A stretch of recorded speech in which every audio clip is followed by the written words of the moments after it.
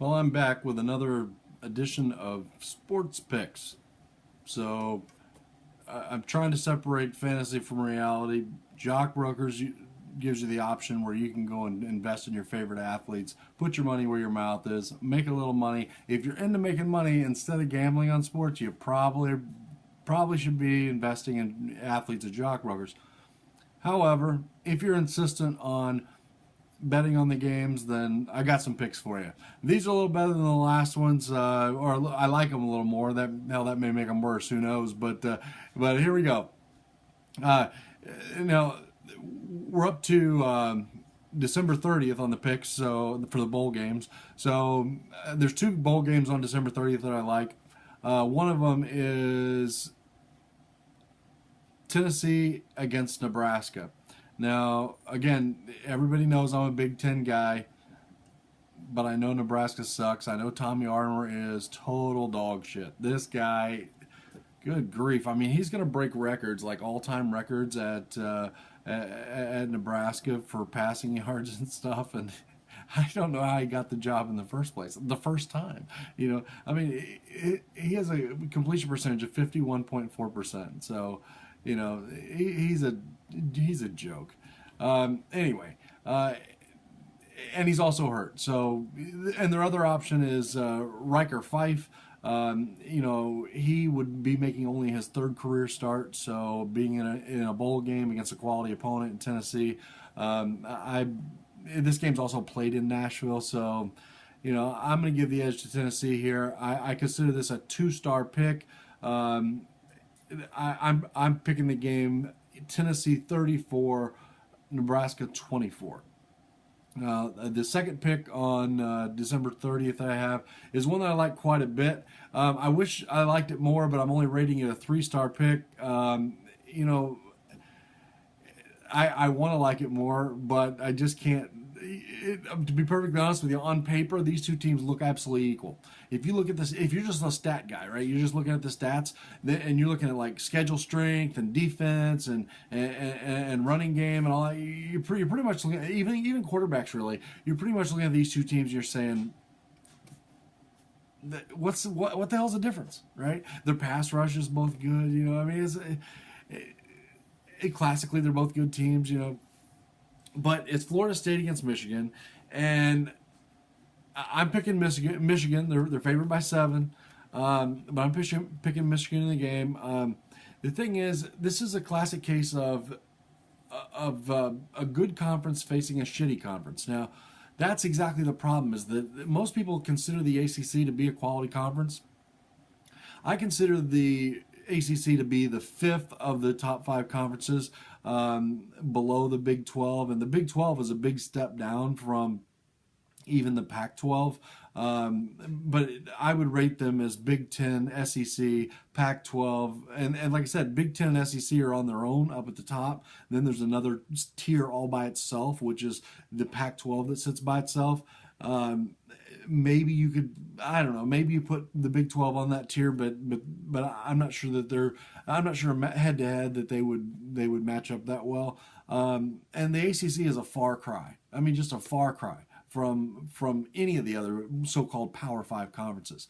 Now, on the other hand, when you look at schedule strength and stuff like that, actually, I'm pretty sure Florida State beats them in schedule strength.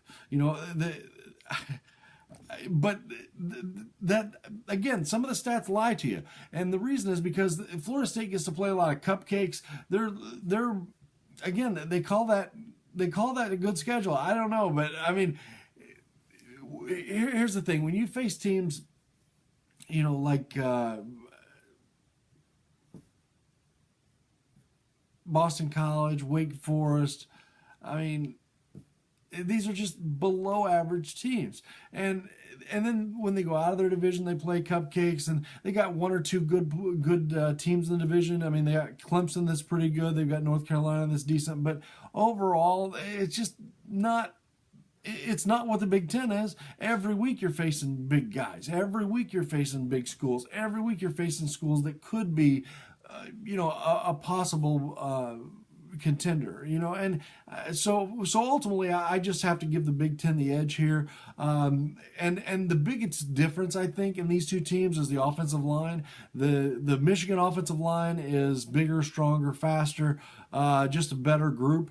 And I also have to give the huge edge, I'm talking monumental edge, the best coach best coach ever, anywhere is Jim Harbaugh. Okay? Anywhere. I don't care. Anywhere. Yeah, bring out Chuck Noll, bring out Don Shula, who I like, bring out all those guys. Jim Harbaugh, in the end, if he plays long enough, if he continues to coach long enough, he will be the best coach, considered the best coach in history. And I think right now he already is. Even over Belichick, even over Nick Saban. I mean, I personally think Nick Saban's a joke. He obviously went to the NFL and couldn't do jack, right? I mean, he destroyed for a decade. He destroyed the Miami Dolphins in a year and a half for a decade later, right? They're still recovering from the Nick Saban era. So the fact that he can go bully some high school kids that are in college and go to an organization like Alabama that is, Alabama's Alabama, right? They've already been Alabama before Nick Saban got there. It's not like they were North Carolina Coastal and all of a sudden he made them into Alabama, right? I mean, they were Alabama to begin with without Nick Saban. So anyway, but beyond Nick Saban, Jim Harbaugh is just... He's just the key to this whole thing. The guy is phenomenal, and he's taken a roster that was put together by someone else that couldn't perform with that roster and molded it into a quality team. In my opinion, they're the second best team in all of college football. Anyway, I think the big factor here is I think you're going to see Jake Butt get in this quite a bit. He's their tight end for Michigan. I think that you're going to see him get a lot of those plays kind of right off the line out in the flat. He's going to be able to, he's a big dude. He's going to be able to push around the defensive backs if he can get that far, into the secondary. I just think the Michigan secondary also is a key to this game. Jabril Peppers, how this kid's not the Heisman, I'll never figure out. But anyway, there's a couple things I don't like about this game. One is Florida State is a team that they always seem to perform well in bowl games. They have a history of performing well in bowl games. But I think you can kind of throw history out in college football a lot of times because other than in recruiting and the fact that they recruit well and they recruit coaches well and these kinds of things, I don't know that the fact that a team has won a certain number or a certain percentage of bowl games, unless they have the same coach, a lot of times it really doesn't matter, because the players turn over so much. But this game is played in Florida. I don't like that. So I'm a little scared of it. But I'm not gonna say that it's gonna be a blowout by Michigan. But I do think they win it by 14 points. I think you're looking at a 27-13 finish here. Michigan is just the better team, and I think that what you saw with Florida State that they can let down.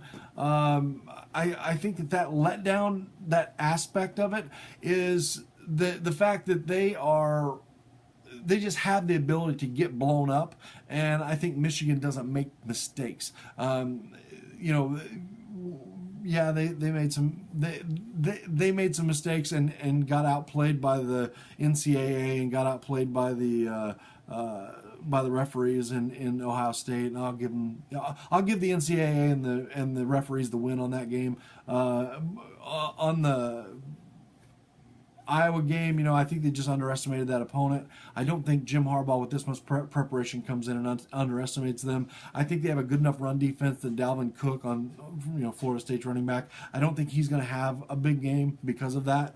And again, I think this comes down to the offensive line play for Michigan. They win it 27-13. Thanks, guys.